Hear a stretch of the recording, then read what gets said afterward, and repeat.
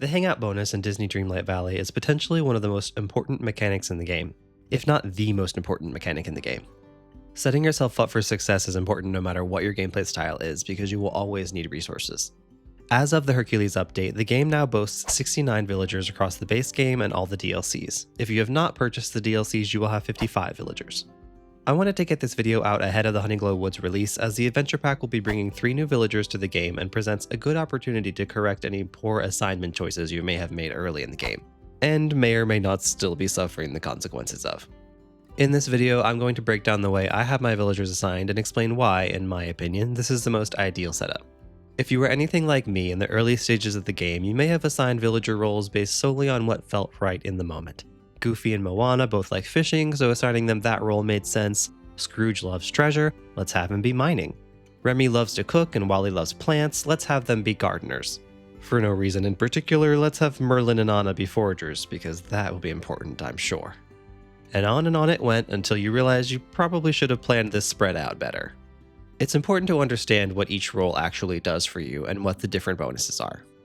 In my opinion, the 3 most important roles are gardening, mining, and timebending. In the early game, I would focus on gardening and mining, and I will explain why. But first, let's break down the bonuses themselves.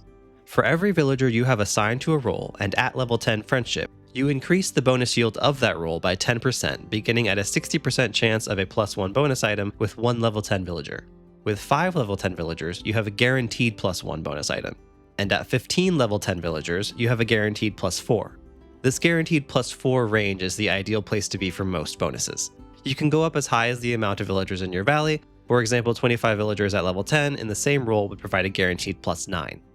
All that said, there is an important exception to this math, which is gardening. You will always need 1 more villager in gardening than the rest of the roles. I'm not really sure why, but instead of needing 5 and 15 villagers respectively, you will need 6 and 16 to get the same guaranteed +1 and +4 results. So now that we know the bonus yields, let's talk about what each role provides.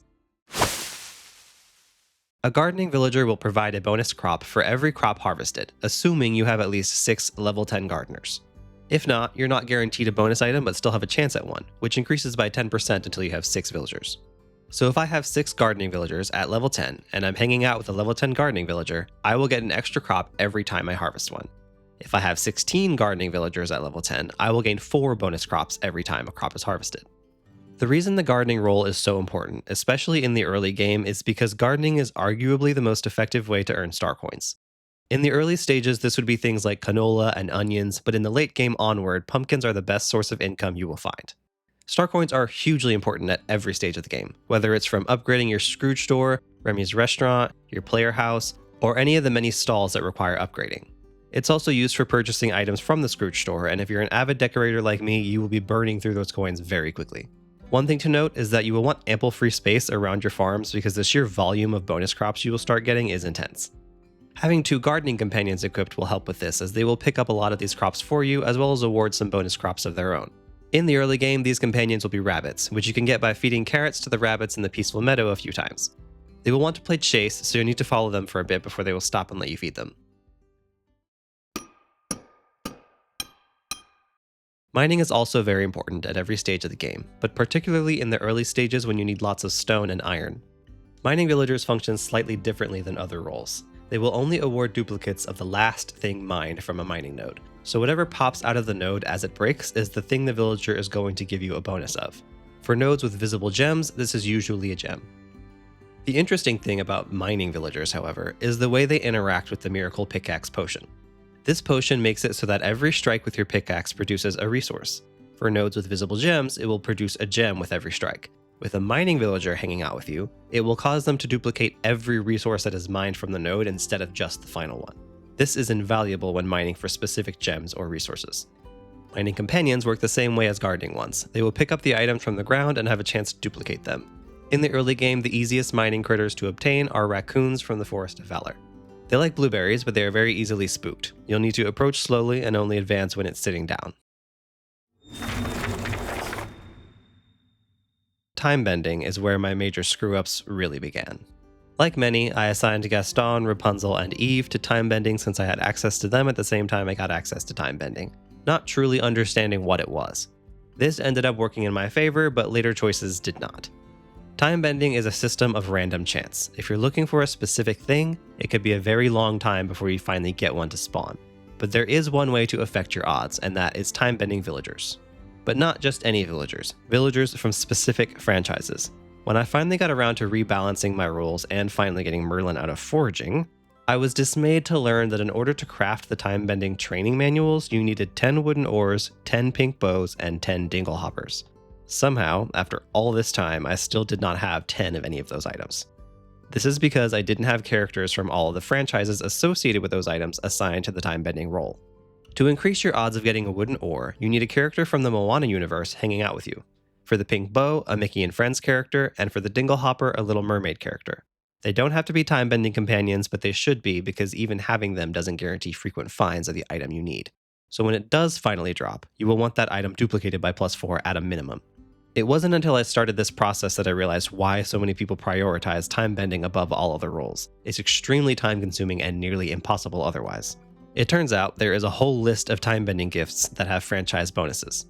Ratatouille characters have a higher chance of finding the Anyone Can Cook book, Sword and Stone characters find blue potions, Nightmare Before Christmas characters find Deadly Nightshade, Cinderella characters find the Design Sketchbook, Little Mermaid characters find dingle hoppers, Beauty and the Beast characters find embossed books, Wall-E characters find fire extinguishers, Lion King characters find grubby logs, Wreck-It Ralph characters find loot finders, Lilo and Stitch characters find ice cream stands, Frozen characters find loots, Tangled characters find paper lanterns, Mickey and Friends characters find pink bows, Moana characters find wooden oars, and Toy Story characters find wooden toy blocks.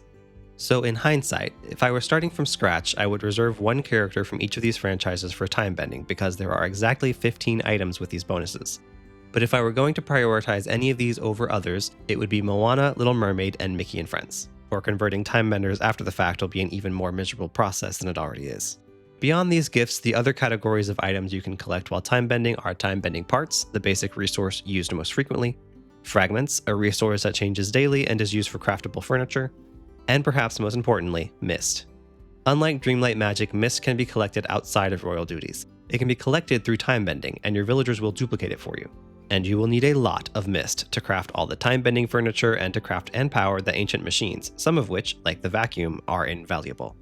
For companion bonuses, all critters from Eternity Isle have a timebending bonus. However, they will only pick up and duplicate timebending parts. They will not duplicate or pick up gifts and fragments. The easiest critters to feed and collect are the capybaras, and they love cabbage. Just like the squirrels in the plaza, they will allow you to walk right up to them and feed them. So if you're new to the game and still assigning villagers, these are the 3 areas I would focus on first. At least getting mining and timebending to 5 villagers and 6 in gardening. Of a lower priority for me personally, but still worth having 15 villagers assigned, is fishing. I got this role to 15 villagers before timebending, but in hindsight I would have done it the other way around. I would at least get fishing to 5 villagers before trying to get 15 in the others, but it can reasonably be left to last as far as getting this role up to 15 villagers. It's helpful but not completely necessary early on. You will get a villager bonus for every fish you catch. Early on, the alligators in the Glade of Trust are the fishing companion, but you will also get foxes from the Frosted Heights later. The alligators are like the raccoons and need to be approached cautiously, and the foxes are like rabbits and want to play chase. The last 3 roles are digging, snippet catching, and foraging, in that order. All 3 of these roles can be left with no villagers assigned to them, and it will have little to no effect on your game. The only one of these 3 that I personally have any villagers assigned to is digging, and that is only because I use a lot of pathing and am constantly running out of pebbles. I only currently have 5 characters assigned to digging, and that is only for the guaranteed +1. You can have less assigned and it will still be pretty effective. Not every dug hole guarantees you a resource unless you use a miracle shovel varnish. This will award you multiple items per dug hole and your villager will duplicate these. Ravens are the only critter in the game that will pick up dug items like soil, sand, and pebbles. They can be found in the Forgotten Lands and fed by standing underneath them until they lower to your height, and then you can feed them any 5-star meal, but they will also accept 3 and 4-star meals. Snippet catching is not something that requires a villager bonus. If you construct enough snippet lures, these will do all the work for you. The lures come in 3 varieties, fall leaves, fairy, and Olympic, but it does not matter which ones you use. It only matters which biome they are placed in. So you can move these around to get the specific snippets you need. You can also use snippets to craft more storybook magic to create advanced or expert lores.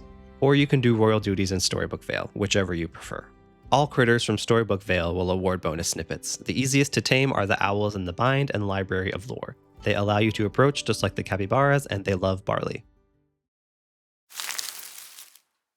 And then there was Foraging. I would call this role the black sheep of the family, but that would make it seem cooler than it is. This might be a hot take, but it really isn't, that foraging is completely, 100%, unequivocally useless. The only items that this role can duplicate are fruits from fruit trees and spices. This might seem useful on paper, but if you play the game for more than 5 minutes, you will soon realize that these are the most abundant resources in the game. You will quickly stockpile enough oregano and basil to feed the entire valley and then some. And the only time fruit trees will run out of fruit is when you're grinding a star path and they want you to pick apples again. But villager bonus fruits don't count for star path or royal duties anyway, so they are of no help. Squirrels are the foraging companion. They will let you approach and they like peanuts but will accept apples. These squirrels alone will be more than enough to get you the bonus fruits you need if you truly need them that badly. With 69 villagers, we are now finally at a surplus in my opinion. All the roles that need a guaranteed +4, gardening, mining, fishing, and timebending, can have it while still having 5 villagers in digging. This leaves 3 extra villagers which I have begun to split between mining and timebending for a chance at +9. My plan is to get these 2 roles to 25 before I start building gardening and fishing in tandem as well. This is not how everyone would choose to approach this, but I consider myself a casual player, which I think most players of this game can relate to. So I feel that this is the ideal setup for a casual player to alleviate the grind down the road. I've also created a drop-down menu spreadsheet you can use to track your villagers and what bonus percentage you're at currently with each role. Each box will open a drop-down menu of all the villagers in the game, including Winnie the Pooh, Eeyore, Piglet, and Ralph, since they've already been confirmed. You can find a link to this spreadsheet in the description of this video. It has definitely made it easier for me to visualize the spread of villagers across the different roles. All of this is great info if you actually have this many villagers at level 10. You will get quite a few of them to level 10 passively just by playing the game, but to do that for all villagers would take a very long time. As I've said, this guide is meant for the casual player. Some more avid gamers can get their villagers to level 10 in a single day using things like presents and high-value gifts such as flowers or gems. I've found mass gardening can be a great way to level villagers as well, but none of that is how I go about leveling these days. There's no rush, especially if you are in a surplus like I am. I simply ensure that when I log in each day, I give any villagers who aren't at level 10 all 3 of their daily favorite gifts. If you go into the collections menu and scroll through the villagers, it will tell you what each of them want that day. The most common things are meals, gems, and flowers. If you don't have the specific recipe they want, Google is the best way to figure it out. The Dreamlight Valley wiki has all the recipes listed for you. The other way to tell what villagers want is the icon that appears on the items themselves. If you hover over the item, it will tell you which villagers want that item today. You can also see a list of all the meals villagers want in the cooking menu, and which villagers are requesting them. It is because of these villager gifts that I don't recommend ever selling flowers or gems for star coins. Anytime you get them, stockpile them somewhere and save them for when they are needed, because they will be needed either for quests, crafting, or villager gifts. Gardening is the best source of star coins at all stages of the game. To make this process easier for myself, I have all my items stored on a floating island. I've separated them by category so I can find them easily. Then I go into the map menu and toggle on the villagers that aren't at level 10, so that I don't have to go hunt them down every day when I'm giving them their gifts. They will simply be on the island waiting for me to dig it out of a chest or cook it. Villagers won't always appear on the island when toggled on. If they're in a restaurant, Scrooge's store, or at home, they won't be on the island, so you will have to track them down. If you do ever find a non-level 10 villager in Tiana's Palace or Chez Remy, always deliver their requested order. This is one of the only things more powerful than daily gifts for leveling villagers. That's all for today's video. Thank you so much for watching and sticking around. If you enjoyed this video, please subscribe for more Dreamlight Valley content. I post new videos every week. The next one will be a build video. Unfortunately, I will be out of the country when Honeyglow Woods releases, but I will be making a video before I leave that will go up after Honeyglow Woods releases. Once I'm back, I plan to dive into the new content and post plenty of videos about it. See you next time!